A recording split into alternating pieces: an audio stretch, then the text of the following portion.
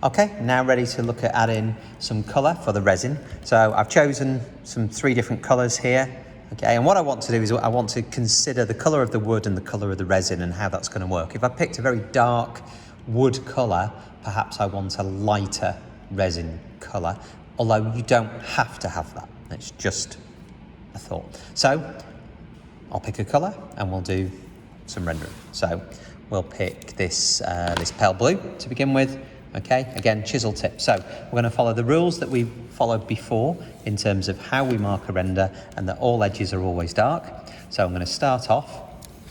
Firstly, now we need to treat each one of these layers as a separate layer, but we can go through as well. So I'm just turning my pen just on that bit there. So let's go through. Then I'm going to start with this bottom layer. Okay, going to go through there. So I just adjusted the angle of the tip just to do that. Don't worry if you go through it because coloured pencils work on top of marker pen. Okay, let's go follow this bit, something like that. Okay, and then as we said before, this side is a little bit darker, so we'll just try and do that. And then we'll add some flowing lines. Okay, and perhaps actually I would recommend go through the brass pin because we'll use coloured pencil over that. So perhaps just straight marker over the top. Okay, let's do something like that. Now the thing with resin is, and resin pouring, just while I do this, it's a flowing liquid and we have very little control in terms of that flow and we get patterns within it. So this bit you could almost imagine is a little bit like colouring in. But what we are trying to do when we're doing this is get our darker edges. We can darken it afterwards with the use of coloured pencil, but if I just trying to think now where my Mosquito coil is going, and what you're seeing now on this bit is that I am choosing deliberately to leave some little white spaces. Now I'm doing that because I'm going to do a second round of marker pen and then I'll go over everything that I've done, but I will also go over these patches as well. So while that one's drying, same kind of rules apply. Let's do another one, okay? And you don't have to do it in this way. You can add resin to begin with, totally up to you, okay? So similar kind of idea. So let's just add my vibrant colour. And looking at this design now and thinking, originally I was supposed to do this like a sea wave shape, so perhaps I should have used the blue. Maybe that's where it's worth thinking about your work a little bit more.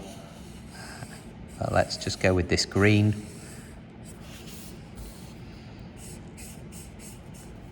Okay, and let's darken like so, remembering this side is a little bit darker. And then let's just add some tone going across to represent kind of like the flow of liquid. Okay, there's green, done. And of course, I need to think about my third layer. So this is my third layer in the background. Okay, on this design, my middle layer I've hidden. So this is just like, can now be a hill in the background. Okay, and then lastly, we'll do this one. Same principle. Okay, going to go through long lines, edges are dark.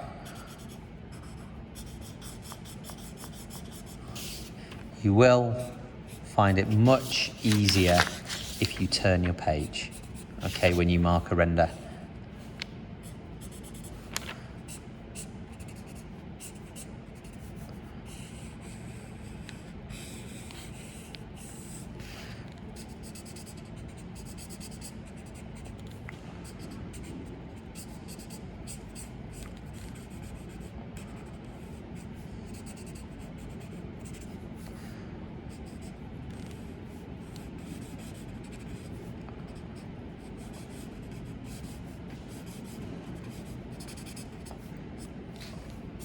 Okay, let's get that darker edge. And of course, what we need to do is let it dry. So now while it's drying, what we can look at doing is our second coat of colour. So again, second coat of colour, following the rules. So all edges are always dark. So let's get that dark. But then now we need to separate these. So I'm going to darken here. So it's noticeably a little bit darker than this one. I'm going to do the same on that, darken the edge. I'm actually going to do the same on that one just while we're here. So you can hopefully see a little bit of the differences now between these. Okay, all edges are always dark. So I've just turned the chisel on its side to darken that edge. I'm going to do this bottom edge.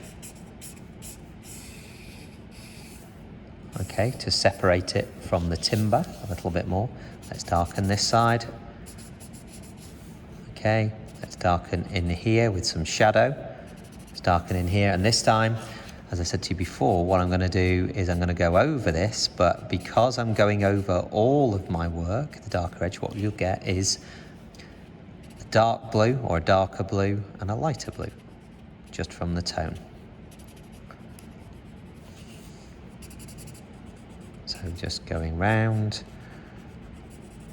colour that in.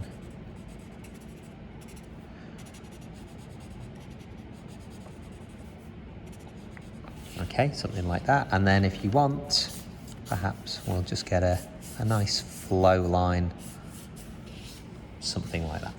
Okay, let's do the same with the green.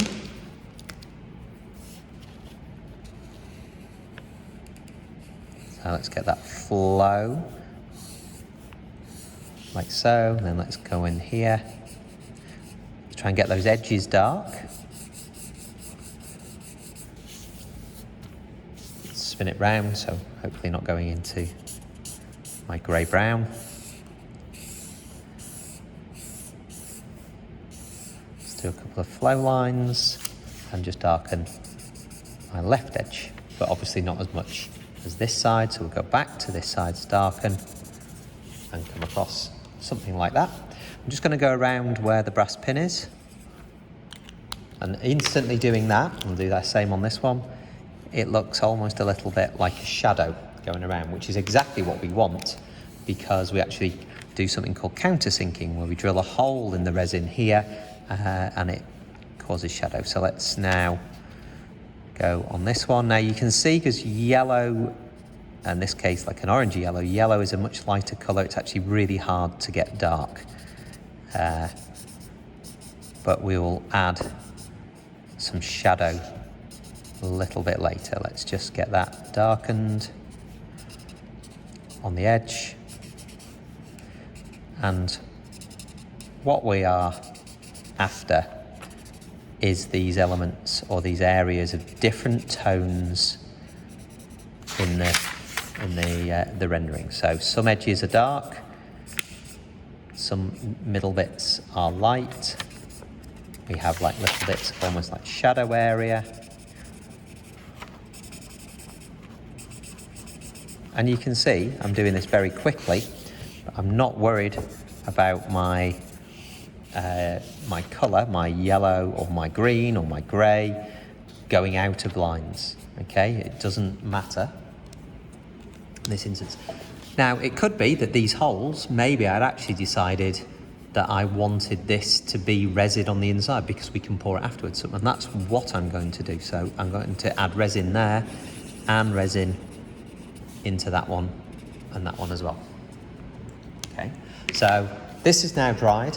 I've got an opportunity at the very end if I want to darken any more areas with the third coat. So I could just, using the pointed part now, just look over the chisel and just look for little shadow areas. So you can see what I'm doing, hopefully see what I'm doing, is I'm just going above this line here just to try and darken a little bit more to create different areas or to try and get across this idea that there are 3 layers. Okay, let's just get that one. Okay, and this side a little bit darker. Okay, and I'm happy with that. Let's go around there. Let's put the top on. Do the same on this one. Let's go around here. Let's get a little bit more tone added into the background piece and darken there. That's where we really want all edges, always dark. And let's get that one